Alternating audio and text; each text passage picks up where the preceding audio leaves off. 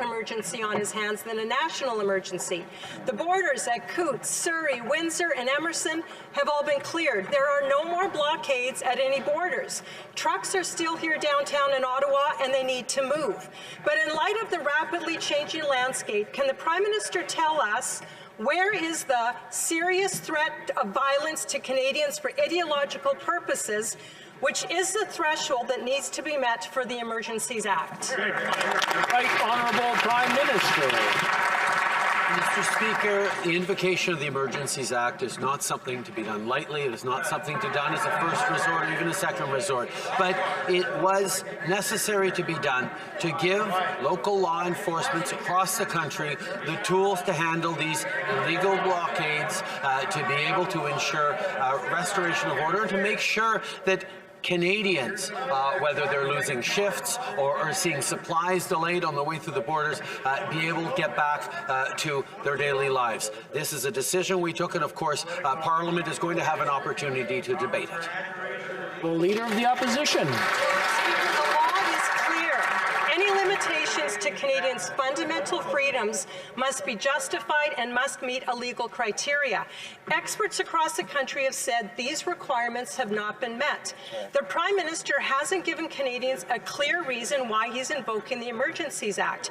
In fact, things are de-escalating as we speak. So why is the Prime Minister using this hammer on Canadians? Isn't it true he's doing it just to save his own political skin? The Right Honourable Prime Minister. Mr. Speaker, over the past few weeks, Canadians have been suffering, whether it's because of border crossings, whether it's because of illegal blockades in their neighbourhoods. This is something that required extra tools that we have put in law enforcement's hands. Now, of course, law enforcement, the local law enforcement jurisdiction, can use these tools or not as they're available. But the threshold was met for the Emergencies Act, and now across the country, police of jurisdiction have the tools necessary to keep people safe. The Honourable Leader of the Opposition. The Prime Minister calls people he disagrees with racist, misogynist.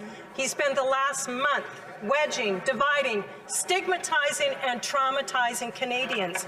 I understand the Prime Minister admires basic dictatorships, but let's remind the Prime Minister this is Canada. This is not a dictatorship. The Prime Minister is actually pouring gasoline on embers. Isn't it true the Prime Minister is doing this for one reason and one reason alone? It's to save his own political career. Right Honourable Prime Minister.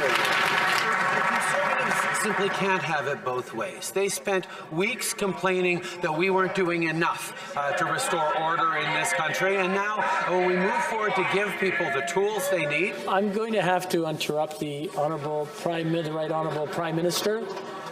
You know, I've been getting emails from people who are watching us at home, and they're pretty ashamed of their Parliament because of the shouting that goes on. One person brought something up. They said, well, all the shouting happens at the beginning. Why not start with the end questions? If this continues at the beginning, I'm going to the last question, turn my list upside down, and we'll start at the end. The Honourable Prime Minister, please continue. Mr. Speaker, Conservatives can't have it both ways. They spent the first few weeks of this challenge and illegal blockades saying that the government needed to act and take responsibility. And then when we finally move forward in a responsible way, when the time was right to bring in the Emergencies Act, they're now complaining that we've done too much. At the same time and throughout, Mr. Speaker, they continue to stand with and support and cheer on these illegal blockades. Mr. Speaker, they're the ones playing politics. The Honourable Leader of the Opposition. The man who wore blackface more times than he can remember, took a terrorist with him to a trip on India, gave Omar Khadr $10 million. We're not going to stop talking to our constituents just because the Prime Minister disagrees with him. Mr. Speaker, the Prime Minister says he's following science when it comes to mandates, but that's that's not what Canada's top doctors are saying. It's time to end the mandates and the restrictions. The Prime Minister is ignoring the science. There is a mental health crisis in this country, and continued lockdowns and mandates keeping Canadians separated are making it worse. So will the Prime Minister commit to Canadians he'll follow the science? Well, Prime Minister. Mr. Speaker, the invocation of the Emergencies Act is something that is extremely serious and that we have taken extremely seriously.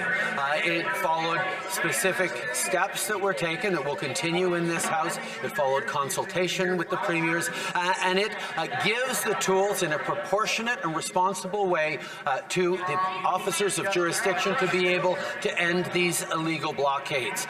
This will be a moment that will be studied in the history books, and what the people will see was the Conservatives never stopped playing personal partisan politics. Let's try the honourable member for Kitchener Centre. I believe he has a question today.